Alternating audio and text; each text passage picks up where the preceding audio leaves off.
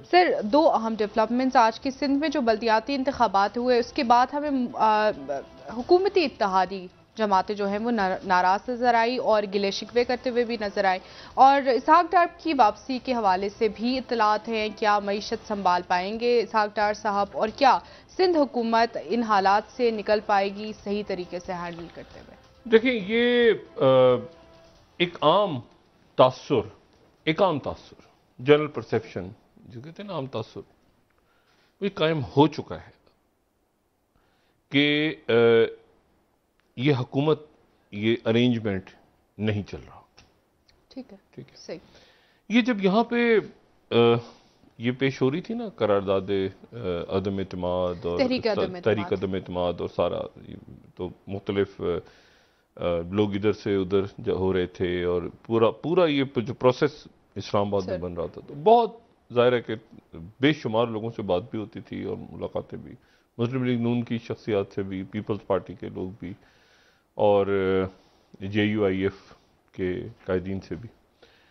तो उस वक्त मैं सिर्फ ये बात बार बार पूछता था कि इसमें, इस पूरे ये जो इसमें जेल करवाने के लिए कौन सी शख्सियात हैं, यानी कौन सी शख्सियात ऐसी हैं जो इस पूरे सिस्टम को, ये जो अरेंजमेंट है, इसको बना रही हैं।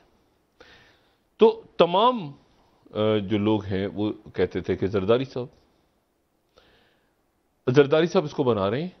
इस पूरे जरदारी साहब ने ही वजारतें तय की हैं, और जरदारी साहब जब शहबाज शरीफ साहब बन जाएंगे तो उसके बाद जरदारी साहब जो हैं वो सदर बन जाएंगे।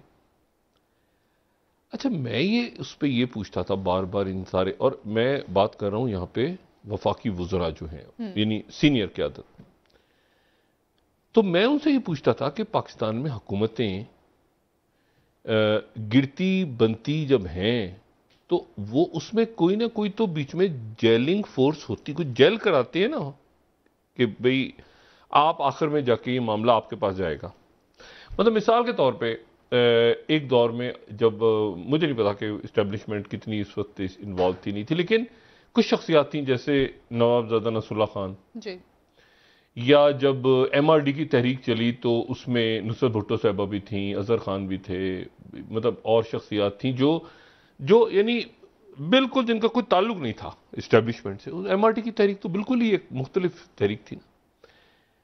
लेकिन उसके बाद जो मुख्तलिफ जब फोर्सेस इकट्ठी हुई या अलग हुई या ये हुआ, तो उनको कोई किसी ने बिठा के कहा होगा ना। यहां पर हम ढूंढते रह गए, लेकिन आखिर में बात ये हुई कि इसके यहां तो इसमें तो जरदारी साहब सारा अरेंज कर रहे हैं। ये बात जो है, ये बात बड़ी हैरान कुन सी बात थी कि शहबाज शरीफ साहब, मतलब नवाज शरीफ साहब तक ने यहां तक कह दिया कि जो भी मामलात हैं वो जरदारी साहब से पूछ के करें, आप जो जरदारी साहब कह रहे हैं वैसे करें।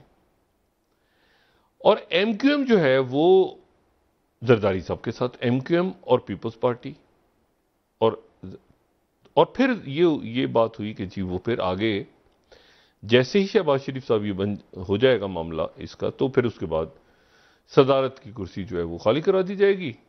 तो मैं कैसे खाली हो जाएगी? मैंने कहा जरदारी साहब करवाएंगे। अब जरदारी साहब की किससे बात हो रही थी, या वो अपने तौर पे कर रहे थे एक पॉलिटिकल मूव, लेकिन उन्होंने कहा वो खाली करवाएंगे और फिर जरदारी साहब सदर होंगे।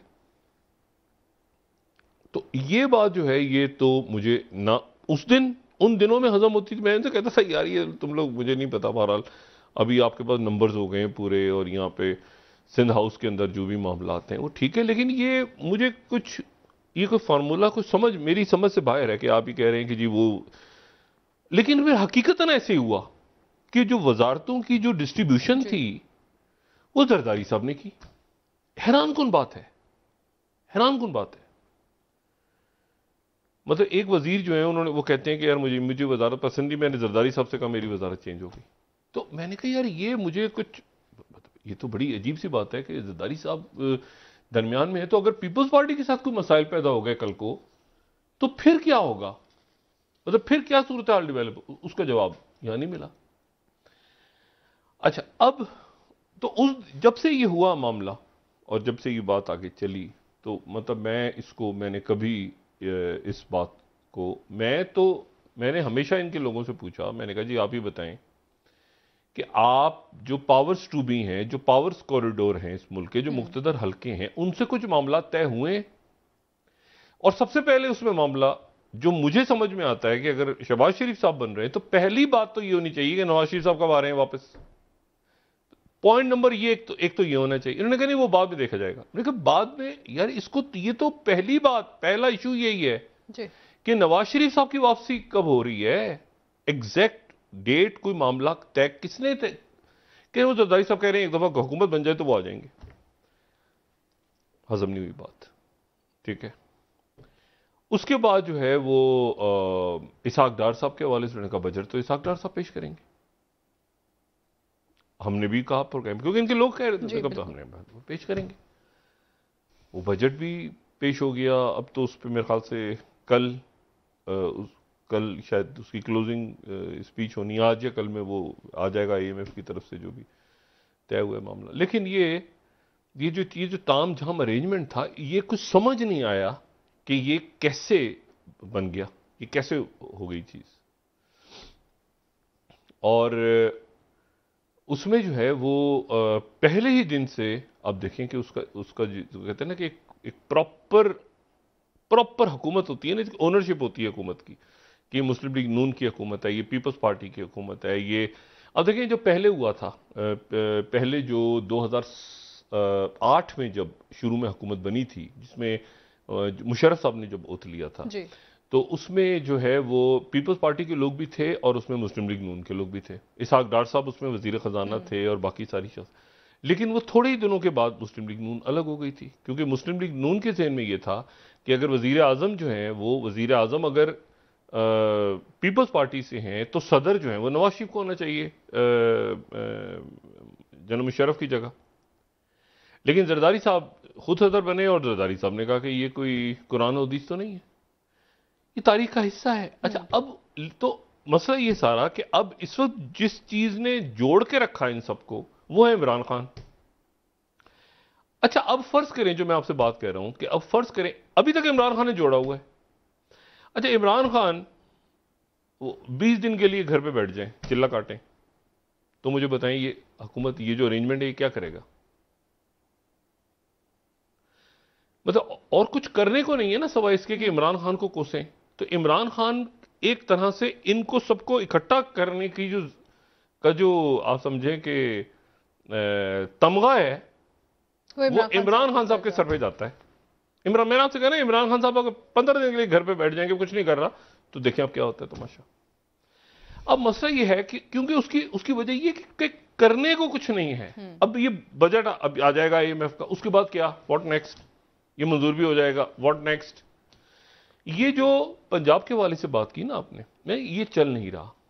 और इसमें अब देखें वो ये मतलब ये लार्जर पिक्चर में, लेकिन वो छोटे छोटे इवेंट्स भी बाज दफा जो है वो अब, यानी वो इलेक्शन कमीशन का फैसला आ गया, PTI की जो दरख्वास्त थी वो मान ली गई। अब 17 तारीख को इलेक्शंस होंगे, 20 सीटों पे इलेक्शंस होंगे। ये 20 वो हैं जो असल में PTI के लोग थे। जी बिल्कुल, PTI के लोग थे। हमजा शहबाज शरीफ साहब के लिए मुनारिफ हो गए, नून के नहीं है। ये कमाल देखें आप। ये लेकिन उस मुआहदे के तहत, जो मुआहदा इसलिए हुआ है कि जो हमजा शहबाज शरीफ साहब वजीर आला रहे, उस मुआहदे के तहत PTI के मुनहरफ अराकीन को नून जो है वो मुस्लिम लीग नून के टिकट पे वो इलेक्शन लड़ेंगे, जो कि मुकम्मल तौर पे मैं बताऊं कि यहां सियासत का अगर आप कोई हो तो बिल्कुल जो कहना कि बिल्कुल जनाजा निकला हुआ अखलाकी सियासत का। वो पहले जब वो उड़न छू होने वाले लोग PTI में गए थे और उसके बाद वो उधर से उधर गए, तो ये इस मरहले पे तो खत्म हो जाना चाहिए था इस चीज को। लेकिन वही बात है ना कि हम सियासत में यही बात है, सीखा क्या सीखा, कुछ नहीं सीखा। तो अब PTI के मुनहरफ अराकीन जो है, उनकी जो कंपेनिंग है, जिनको इमरान खान तो एक ही जुमला है ना, ये लोटे हैं, ये धोखेबाज हैं, ये फ्रॉडी हैं, इनको भी इधर से उधर गए, ये लोटे हम लोग, खत्म। लेकिन उनकी जो कंपेन है वो चलाने का जिम्मा दे दिया फिर मरीम नवाज साहबा को। यानी मरीम नवाज साहबा का इस सेटअप में क्या स्टेक है, मैं इसको समझने से कासिर हूं। मुझे हकीकतन नहीं समझ आता कि इस पूरे सेटअप में मरीम नवाज साहबा का क्या स्टेक है और नवाज शरीफ साहब का क्या स्टेक है। और अब इसहाक डार साहब क्यों आ रहे हैं, जब सारी मीटिंग्स भी हो गई और कॉन्फ्रेंसेस भी हो गए, बजट भी अप्रूव हो गया और आगे महंगाई भी आ गई, तो अब आके वो क्या करेंगे? या वो पहले आते तो शायद मिफ्ताह इस्माइल साहब से बहुत बेहतर अंदाज में कोई मामलात को तय करते। अब खबर ही किस तरह से आ रही कि नवाज शरीफ साहब खुश नहीं है मिफ्ताह इस्माइल से, तो इसहाक डार साहब आ रहे हैं जुलाई में। भाई मतलब इसको देखते हैं कि क्या होता है। मेरा ख्याल है कि इसहाक डार साहब सोचेंगे 100 दफा कि इसमें वो जंपिंग इन फ्राइपन से पहले मैं जरा 100 दफा सोच लूं कि यार ये है क्या कि आया आप जिम्मेदारी उठा ये क्या है। नहीं, जिम्मेदारी को तो छोड़ दे, ये है क्या, मतलब ये मुल्क में क्या हो रहा है। मतलब कोई इस अरेंजमेंट का कोई वाली वारिस है, एक सेटअप जो एक अरेंजमेंट है इसका कोई वाली वारिस है कि यानी आज मेरे लिए बड़ी हैरान कुन बात थी, एक तो MQM, लेकिन उससे ज्यादा जो है वो ये बात थी कि जमीयत उलमाए इस्लाम फजलुर रहमान ग्रुप और पीपल्स पार्टी सिंध में राशिद उमरो साहब ने जो आज बात की है, और फिर ANP तैयार बैठी है, ANP बिल्कुल तैयार बैठी है, लेकिन उनका चूंकि मिजाज ये नहीं है ANP का कि वो उसको यानी किसी तरह से, मैं लफ्ज नहीं इस्तेमाल करना चाह रहा ब्लैकमेलिंग का या वार्निंग का, लेकिन वो नाराज बैठे हैं और अलग हो जाएंगे क्योंकि उनको उनके साथ जो वादा हुआ वो भी नहीं पूरा हुआ। अब मसला ये है कि इसमें MQM यानी कमाल देखें, MQM का मुआहदा हुआ जरदारी साहब से सर, और MQM आज सदा दे रही है शहबाज शरीफ साहब को कि शहबाज शरीफ साहब आप जरा जरदारी साहब को समझाएं कि जरदारी साहब अपना वादा पूरा करें। ये जब इनका आपस का अरेंजमेंट होता है तो शहबाज शरीफ थे ही नहीं कहीं, थे ही नहीं।